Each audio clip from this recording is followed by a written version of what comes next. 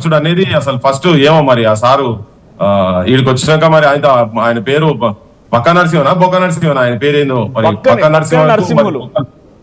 బక్క నరసింహులు గారి మరి బొక్కలు ఇరగొడతారు ఇట్లా జనాలు అట్లా పిచ్చిగా మాట్లాడి తెలంగాణలో తిరిగితే ఎవడో యువకుడు మేమైతే అట్లా చేయొద్దని చెప్తాం మా వాళ్ళకి కానీ ఎక్కడైనా తలగా తిరిగిన వాళ్ళు ఎవడన్నా ఉంటే ఆ బొక్కలు ఇరగొడతారు మన ఆయన ఆ పిచ్చి పిచ్చి మాటలు మాట్లాడితే అంటే ఇంకా కూడా అంటే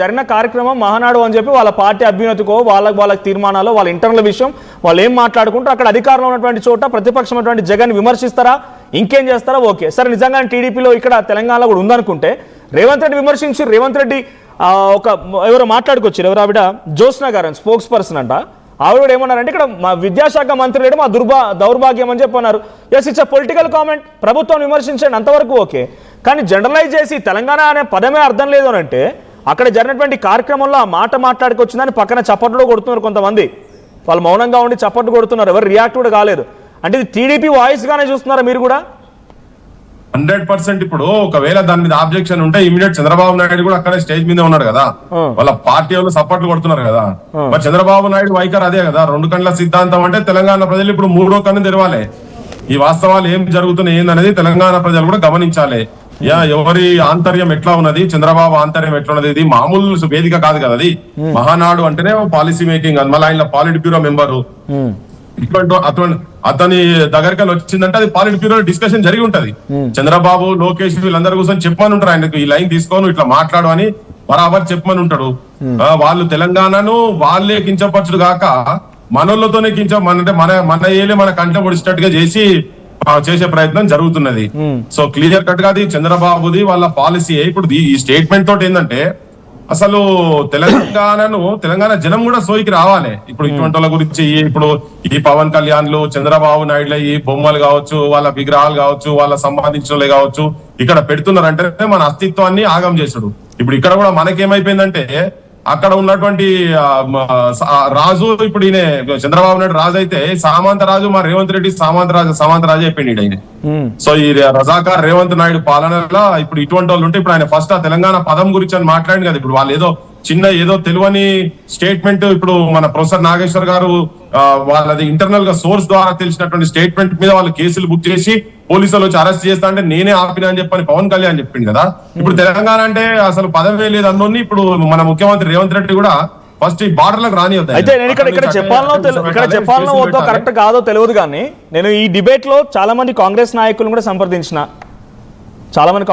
సంప్రదిస్తే అవును అఫ్ కోర్స్ మేము కేసులు వేస్తామని చెప్పుకొచ్చిర్రు ఆయన మీద చర్యలు తీసుకుంటామన్నారు కానీ they are not ready to face debate రెడీగా లేరు కొంతమంది బీజేపీ నాయకులు అడిగినప్పుడు వాళ్ళు డైరెక్ట్గా బీజేపీ తెలంగాణ రాష్ట్రానికి సంబంధించి పాకిస్తాన్ అన్న రోజే ఎక్కువగా రియాక్ట్ అవ్వలేదు వాళ్ళు సో ఆయన ఉద్దేశం అది కాదని కొట్టిపారేసారు ప్రధానమంత్రి కూడా స్వయంగా పార్లమెంట్లో తలుపులు మూసి తల్లిని చంపి బిడ్డను బతికించారన్న రోజునే ఎవరెక్కువ రియాక్ట్ కాలేరు ఇప్పుడు వాళ్ళు మాట్లాడుతున్నాం మనం అనుకోలేము సో చాలా మంది ఇంకా తెలంగాణకు సంబంధించి తెలంగాణ ఉద్యమకారులు ఇలాంటి వాళ్ళు లేకుండా కొంతమంది బీఆర్ఎస్ పార్టీ నాయకులు మాట్లాడుతున్నారు ఇక్కడ రియాక్షన్ కూడా లేదు అయితే దీన్ని ఎలా చూడొచ్చు అంటే ఇప్పుడు డైరెక్ట్గా ఒక స్టేట్మెంట్ ఇంతమందిని ఉద్దేశించి మాట్లాడిన స్టేట్మెంట్ బక్కన్ నరసింహులు తెలంగాణకు సంబంధించిన ఆయనే మాట్లాడే కదా మాకు సంబంధం మేము మాట్లాడలేదు మేము మాట్లాడమని చెప్పలేదు అనేది వాళ్ళ వర్షన్ అయి ఉంటుంది కావచ్చు కానీ గతంలో పవన్ కళ్యాణ్ కూడా మాట్లాడుకొచ్చారు కదా కోనసీమ అందాలు చూడండి ఈ అందాలను చూసి కొంతమంది అసూయ పడ్డారు బహుశా ఆ దిష్టే తగిలిందేమో అని చెప్పి ఆయన కూడా మాట్లాడుకొచ్చారు ఆ రోజున ఈ వరుస స్టేట్మెంట్స్ ఎలా చూడాలి అటు గవర్నమెంట్ వైపు నుంచి కానీ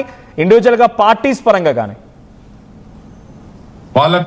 వాళ్ళు భరించలేకపోతున్నారు తెలంగాణను ఒక స్వరాష్ట్రంగా ఉండి తెలంగాణ అభివృద్ధి చెందే దిశలో సరే కొంత నాయకత్వం పొరపాట్లు ఇక్కడ ఉండొచ్చు అది పక్కకు పడేస్తే వాళ్ళతో డైజెస్ట్ అయితే లేదు ఇప్పుడు కొన్ని ఏళ్ల నుంచి వాళ్ళు ఇక్కడ ఆధిపత్యం చేయాలనేది తెలంగాణ అనేది వాళ్ళ సంపద వాళ్ళ సొత్తు మేమే ఇక్కడికి రాజులం అనే భావనలో వాళ్ళు ఇన్నేళ్ళకెళ్ళి ఉండే కాబట్టి సపరేట్ తెలంగాణ పోరాటాలతో ఉట్టిగా రాలేదు సాక్రిఫైజెస్ తర్వాత వచ్చినటువంటి తెలంగాణను వాళ్ళు ఇప్పుడు ఉండలేకపోతే వాళ్ళు శనివారాలు ఆదివారాలు వాళ్ళ అడ్డాలు ఇక్కడనే ఇప్పటికి మరి వాళ్ళ అడ్రస్లు వాళ్ళ ఆధార్ కార్డులలో కూడా నెంబర్లు కూడా అన్ని ఇక్కడనే ఉండి ఉంటాయి కంప్లీట్ గా వాళ్ళు శనివారం ఆదివారం మొత్తం లోకేష్ కావచ్చు చంద్రబాబు కావచ్చు పవన్ కళ్యాణ్ కావచ్చు వాళ్ళందరూ ఇక్కడనే వాళ్ళ దందాలు ఇక్కడనే వాళ్ళ బిజినెస్ ఇక్కడనే వాళ్ళకి వెదర్ పడతలేదు మరి ఆంధ్రప్రదేశ్ జనం కూడా ఆలోచన చేయాలి ఇటువంటి వాళ్ళకు సంవత్సరానికి 100 రోజులు ఇక్కడనే ఉండే బాపతోళ్ళను వాళ్ళు ఎందుకు అనుకుంటారో మనకు అర్థమైతలేదు వీళ్ళిద్దరు ఇట్లా మాట్లాడిపించేసి ఎట్లా చేసి తెలంగాణను మళ్ళీ యూనియన్ టెరిటరీ చేసా ఏదో కథ పెట్టి దీన్ని మళ్ళా వాళ్ళ చేతి కిందకి తీసుకోవాలనే ప్రయత్నం చేస్తున్నారు వాళ్ళు. దాంట్లో రేవంత్ రెడ్డిని పావుగా వాడుకుంటున్నాడు. రేవంత్ రెడ్డి ప్రాబ్లం ఏంటంటే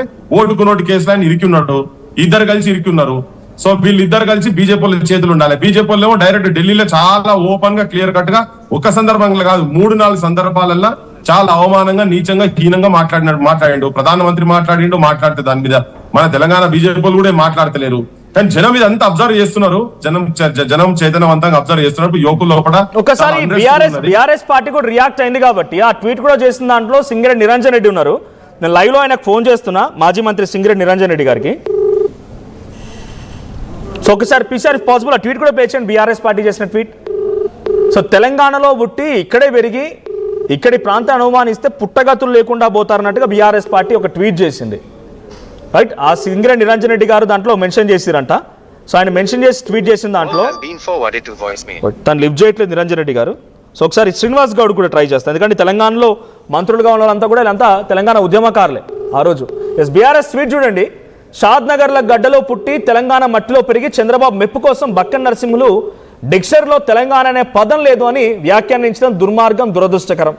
టీడీపీ మహానాడులో బక్కన్ నరసింహులు చేసినటువంటి వ్యాఖ్యలపై శ్రీనివాస్ గౌడ్ గారు లిఫ్ట్ చేయట్లేదు. ఒక ప్రకటనలో స్పందించిన మాజీ మంత్రి సింగిరెడ్డి నిరంజన్ రెడ్డి, ఇది ఆయన అజ్ఞానం మాత్రమే కాదు, తెలంగాణ ఆత్మగౌరవాన్ని, తెలంగాణ చరిత్రని, తెలంగాణ ఉద్యమాన్ని అవమానించడమే. ఇది BRS party statement. So A S Rao గారు, సో ఇది బీఆర్ఎస్ పార్టీ స్టేట్మెంట్. సరే, ఇక్కడ పొలిటికల్ అని నేను చెప్పను, ఆ పార్టీ ఈ పార్టీ అని కాదు. డెఫినెట్గా మీరు తెలంగాణ వాళ్ళని చెప్తున్నారు కాబట్టి మీకు కూడా హట్ అయ్యే ఉంటుంది ఆ మాట. ఇక్కడ ఏనండి, తెలంగాణ గడ్డపైన నరనరాల్లో శరీరంలో తెలంగాణ రక్తం ప్రవహించే ప్రతి పౌరుడు కూడా ఈ యొక్క విషయంతో బాధపడతాడు. అవును, ఖచ్చితంగా దాన్ని నేను కూడా. ఎందుకంటే యావత్ తెలంగాణ సమాజానికి తెలుగుదేశం పార్టీ తరఫున చేతులెత్తి క్షమాపణ కోరుతున్నా. ఎందుకంటే అలాంటి పార్టీలో, మా పార్టీలో ఇలాంటి వ్యక్తులు కామెంట్ చేశారు. అది నిన్నటి నుంచి కంటిన్యూస్గా నేను చంద్రబాబు నాయుడు గారి పిఎల్లకు వాళ్ళందరూ కూడా నేను ఫోన్ చేస్తూ ఉన్నాను. ఇలాంటి కామెంట్ చేస్తే తెలంగాణ నాయకులు ఎవరు కానీ ప్రజల్లో తిరగలేని పరిస్థితి ఉంటుంది. ఇది చాలా అవమానకరం అని చెప్పినాను కూడా. ఇంతకుముందు కూడా ఈ పోలిట్ బ్యూరోలకు ఇచ్చినప్పుడు కూడా నేను చంద్రబాబు నాయుడు డైరెక్ట్ లెటర్ రాసిన. వీళ్ళు కాళ్ళు మొక్కి బూట్లు నాకి వీళ్ళు తీసుకొచ్చుకొని పౌరులు పెట్టుకుంటారు. అక్కడ లాబింగ్, చంద్రబాబు నాయుడు గారి యొక్క చుట్టుముట్టుగా కోటరీ ఉంటుంది. ఆ కోటరీ దగ్గర పోయి వీళ్ళు లాబింగ్ చేసుకుంటారు. లాబింగ్ చేసుకుని ఇలాంటి అసమర్థులకు తీసుకొచ్చి అక్కడ పాలిట్ బ్యూరోలు ఇస్తే అక్కడ మహానాడు అంటే తెలుగుదేశం కార్యకర్తలకు ఒక పండగ వాతావరణం ఉంటుంది. అలాంటి యొక్క గొప్ప వేదిక పై నుంచి ఇలాంటి ఒక ప్రాంతీయ విభేదాలు సృష్టించి ఇలాంటి ఒక ప్రాంతం, నువ్వు ఈ ప్రాంతాన్ని పుట్టినోడు అయి కూడా ఈ ప్రాంతానికి వ్యతిరేకంగా నువ్వు మాట్లాడితే ఇది ఏ విధంగా అవుతుంది? ఎందుకంటే ఈ యొక్క తెలంగాణ తెచ్చుకోవడానికి కవులు కళాకారులు అనేక కుల సంఘాలు, మేము కూడా నేను ఒక నాయ బ్రాహ్మణ కుల సంఘానికి చెందినటువంటి వాడిని. మా యొక్క కుల సంఘం పరంగా కూడా అనేకమైనటువంటి ఉద్యమాల్లో మేము పాల్గొన్నాం. ఎందుకంటే చాలామంది అమరవీరులు ప్రాణత్యాగం చేశారు. అంటే వాళ్ళందరూ కూడా అవమానకరం ఇది. ఎందుకంటే ఇది ఖచ్చితంగా డిరగేటివ్ స్టేట్మెంట్. ఇది వినపడతలేదు. పృథ్వీరాజ్ గారు వినపడతలేదు. కొద్ది వారు ఏం మాట్లాడుతున్నారో వినపడతలేదు. రైట్, ఒక్కసారి చెక్ చేస్తారు. కానీ నేను ఏమంటున్నానండి, నా క్వశ్చన్ ఏంటంటే, సరే మీ పార్టీ నేత ఒకరు మాట్లాడారని చెప్పి మీరు అంటున్న ప్రకారంగా ఆయన ఒక్కడి ఇండివిజువల్ స్టేట్మెంట్ అంటున్నారు. బట్ దాన్ని ఎప్పుడు ఇండివిజువల్ స్టేట్మెంట్ అవుతుంది